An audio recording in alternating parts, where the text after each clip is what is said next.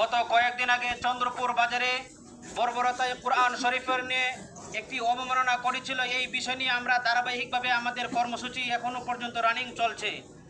আমাদের হৃদয়ের মধ্যে আবারও রক্তকণন হচ্ছে।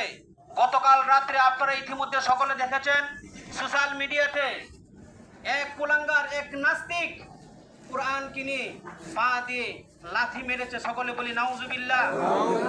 সম্মানিত প্রিয় তৌহিদি জনতা, আমরা আর এরকম দেখতে চাই না।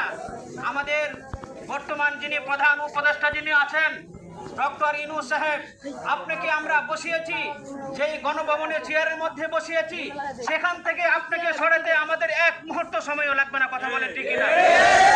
আমরা এখান থেকে আজকে পরিষ্কারভাবে ঘোষণা করতে চাই, ডক্টর ইউনূস সাহেব, আপনার গণভবনে চেয়ারের মধ্যে বসে আপনি কি করছেন? আঙ্গুল চুষছেন বসে বসে।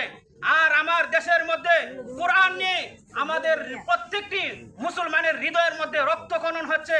কোরআনকে নিয়ে অবমাননা করছে, মুসলমানের ধর্মীয় বিষয় নিয়ে এভাবে কটূক্তি করে চলছে। আপনার মুখ থেকে এখনো পর্যন্ত আমরা কোনো সোচ্চার কোনো আওয়াজ পাচ্ছি না। কথা বলেন ঠিক না?